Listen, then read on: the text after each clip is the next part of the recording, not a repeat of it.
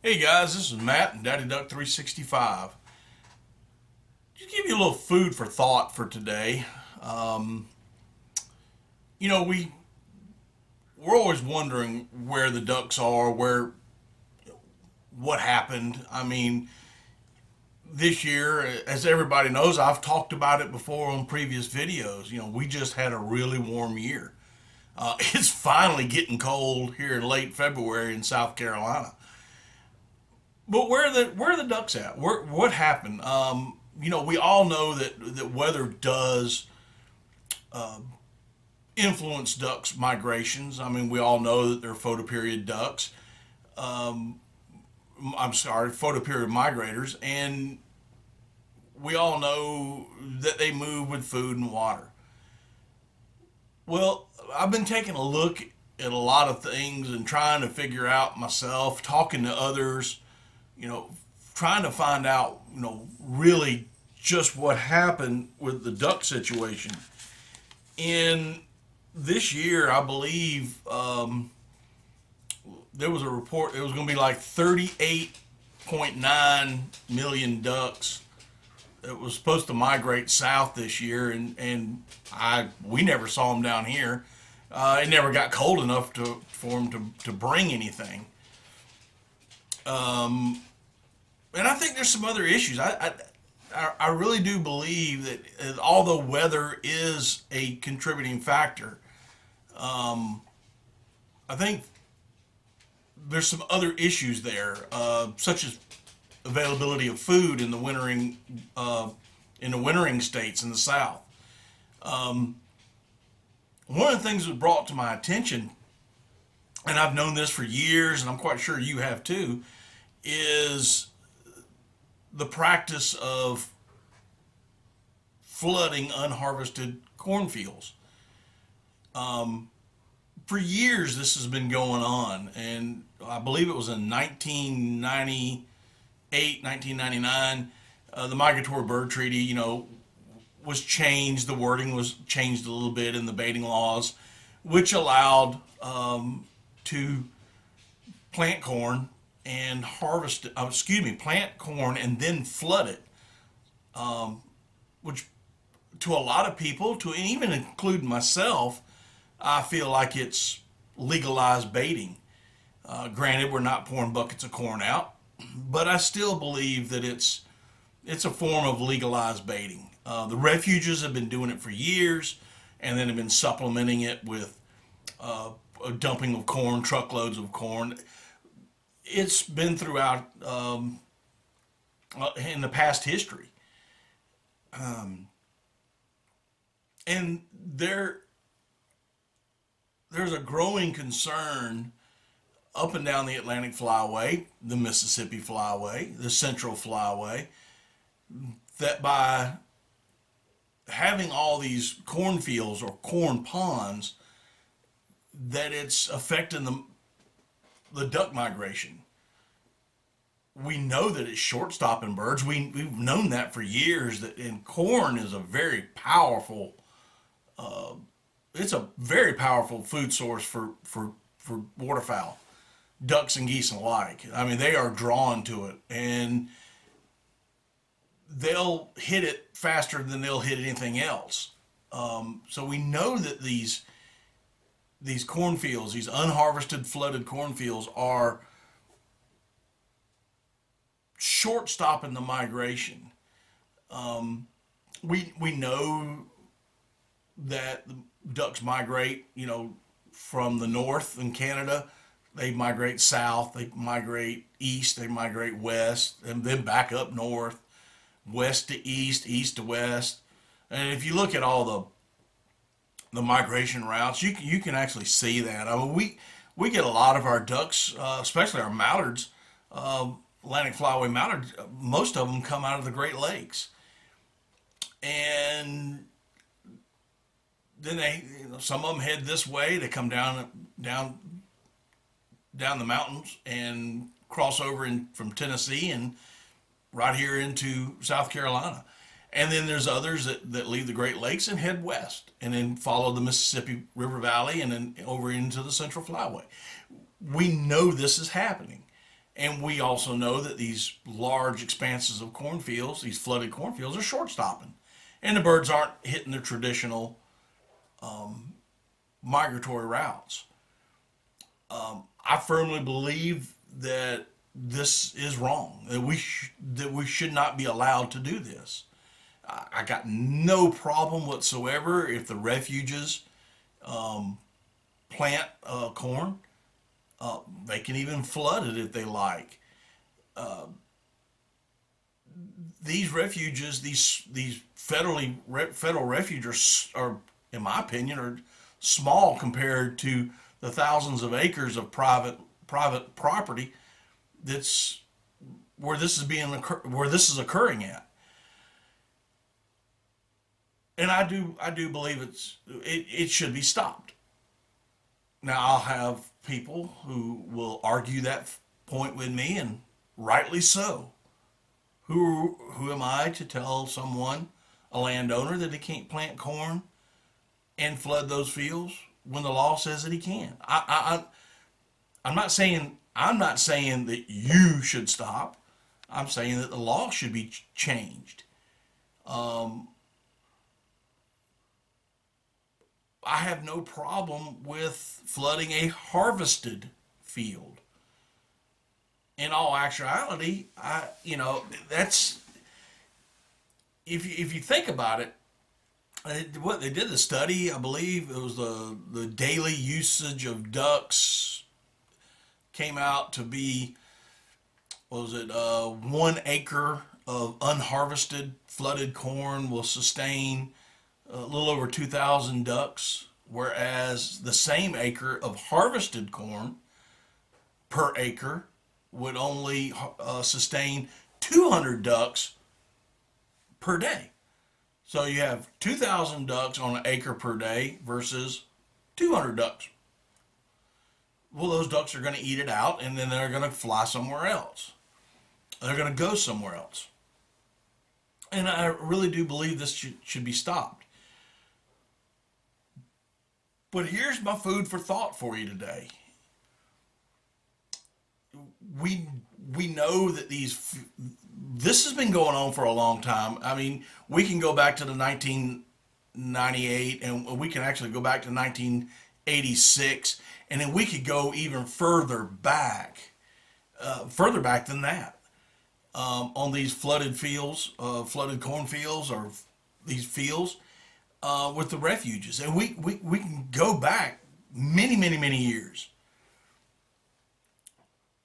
But here's what's got me concerned now. Now, although I don't believe in it, I don't believe in the flooding of unharvested fields. But what's got me even really concerned now is, what if we stopped it today? What if right now Congress goes into session, migratory bird treaty comes up, and they say, nope, no more flooding of harvested fields? Well, what's going to happen to the ducks? I had this discussion with a friend of mine the other day, and something I never even thought of until he mentioned it, and it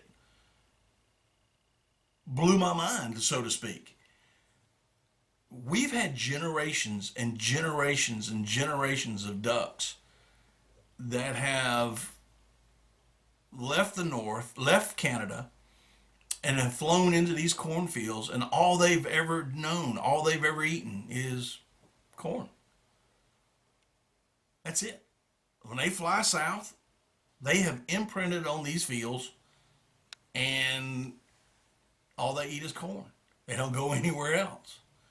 A duck can take a lot of cold weather. I mean, he can take a lot. Even if that corn was frozen solid, if he can still get to the kernels that's standing, he can fly 50, 60, 100 miles to open water below the freeze line and get to water. That's nothing for a duck. I mean, really, that's really nothing. Flying that far? Nah. Take him just a little while. He'll get there.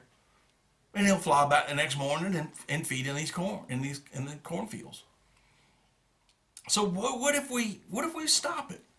Again, generations of ducks have been imprinted on these cornfields. Long term, I think it would be better that, we would return back to the traditional migratory migration routes. So the ducks that they they get up from Canada and they fly south. But what about short term? And that's what's concerned me. If we completely cut it out right now, what would happen? What would happen to those ducks? And I don't know. I mean, I honestly don't know. I don't think anybody else knows either. And nothing against the guys who are 100% against it. Like I said, I'm against it. I'm against flooding of these cornfields. But it was brought to my attention, well, what happens in the short term? If these ducks are so imprinted on corn, they fly there and there's no corn, they don't know how to go and get anything else. It will, I, personally, I think they'd be so weak, they wouldn't have the food sources, and there wouldn't be enough to sustain them, and we could see a dramatic drop in our duck populations. So I don't know the answer. I have no clue. I don't have an answer for you. I wish I did. I'm not a waterfowl biologist. I don't study these things. It's it's just me with 47 years of observation of chasing ducks around, and it really bothers me for the short term. I'd like to hear your comments on it. I'd like to hear your thoughts on this. You know, comment down below. But tell me what you think would happen, if anything at all. I don't know. I'd like to hear it. I'd like to hear from some other people. You know, would we see such a dramatic drop in ducks from because if they're so weak they won't be able to fly back north to breed. The broods, the hatches won't be as strong. Now, in the long term, they will adjust and they will overcome, but at what loss? I don't know. I do have a suggestion of sorts, I guess, and continue, but regulate it a little bit more. I know. That word regulation, it just kills people. I don't know any other word for it. So, what I'm getting at is, let's say you own 100 acres and you plant 100 acres in corn. If you want to use that cornfield to hunt off of, then and flood it, then you should harvest. And I'm just throwing a number out here, guys. Just throwing a number, 75%. That'll leave 25% left standing in the field, and you can flood the field. You're still going to have waste grain. I mean, you'll still have waste grain. You don't when you cut corn. Everybody knows that when you cut corn, that some of the kernels are going to get off the stalk and off the cob. So leave 25%, but take that other 75 and go from there. The guys that plant rice, you know, most of the guys that plant rice, they plant and then they flood it and then they drain it and then rice dries out. They harvest it and then they flood the fields back up. Well, all the ducks are getting is unharvested grain anyway.